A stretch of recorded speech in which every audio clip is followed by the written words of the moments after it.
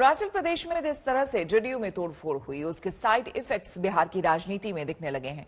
JDU ने अब इशारों में बीजेपी पर निशाना साधना शुरू कर दिया है।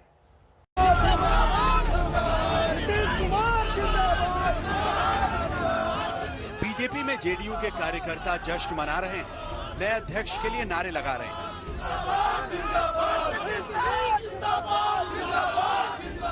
नीतीश कुमार जिंदाबाद भी कह रहे हैं, लेकिन कार्यकर्ताओं में जोश वाले इस माहौल के बीच जेडीयू के नेताओं की वो बेचैनी और नाराजगी छिपी नहीं, जो बेचैनी और नाराजगी उसे अपने सहयोगी बीजेपी को लेकर हो रही है। अरुणाचल प्रदेश का जो घटनाक्रम हुआ है, जिसमें से पार्टी के 6 विधानसभा सदस्य को भारतीय जनता पार्टी ज्वाइन कराई गई है, उस पर पार्टी ने गहरा क्षोभ व्यक्त किया। ये गठबंधन की जो राजनीति है,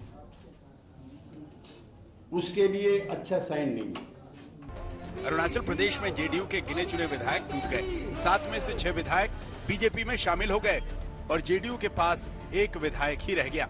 इससे बिहार में जेडीयू का टेंशन में आना स्वाभाविक है, लेकिन जेडीयू भी अब बीजेपी पर दबाव बनाने में जुट गई है और बीजेपी के लव जिहाद जैसे फेवरेट सब्जेक्ट पर अलग लाइन ले ली। लव जिहाद को लेकर के देश के कोने कोने में एक घृणा का माहौल पैदा करने का प्रयास किया जा रहा है।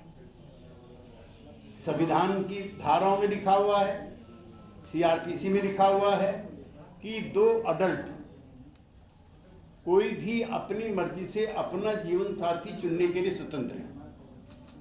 इसमें कास्ट, रीजन कोई बीच में आड़े नहीं होता। बीजेपी को लेकर जेडीयू की बेचैनी तो उसी दिन से दिख रही है जब से बिहार में विधानसभा चुनाव के नतीजे आए थे और जेडीयू बीजेपी की जूनियर पार्टी बनकर रह गई थी। बीजेपी का एक खेमा बिहार में नीतीश की जगह बीजेपी से ही सीएम बनाना चाहता था। जेडीयू कार्यकारिणी में नीतीश कुमार ने इस पर भी जवाब दे दिया कि मुख्यमंत्री बनने की उनकी इच्छा नहीं थी। ऐसे बयानों से सीधे संकेत यही है कि जेडीयू बीजेपी को लेकर अब कंफर्टेबल नहीं है।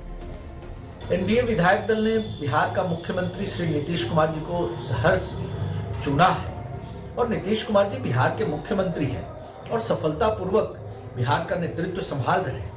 बिहार की जनता ने 2005 के बाद से ही नीतीश जी का नेतृत्व देखा है।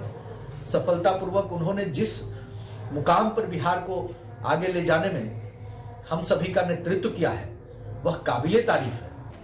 ये बात अलग है कि बीजेपी इस वक्त इन बातों को ज्यादा तवज्जो देना नहीं चाहती और वो नीतीश कुमार का ही गुणगान कर रही है। लेकिन सवाल ये है कि अगर जेडीयू की बेचैनी बढ़ती रही तो क्या गठबंधन में टकराव का कोई रास्ता आगे बन जाएगा, क्योंकि जेडीयू कैंप की नाराजगी तो साफ दिख रही है। 2 दिनों तक चले राष्ट्रीय कार्यकारिणी की बैठक में अरुणाचल प्रदेश में जो राजनीतिक घटनाक्रम हुआ है, उसका मुद्दा छाया रहा और जिस तरीके से बीजेपी ने 6 जेडीयू विधायकों को पार्टी में शामिल करा लिया है, उसको लेकर नीतीश कुमार ने भी अपनी नाराजगी जताई। साथ ही लव जिहाद के मुद्दे पर विभिन्न राज्यों में जो कानून बन रहा है, इसको भी लेकर जेडीयू ने अपना रुख स्पष्ट किया और बताया कि इससे देश में घृणा का माहौल फैलेगा।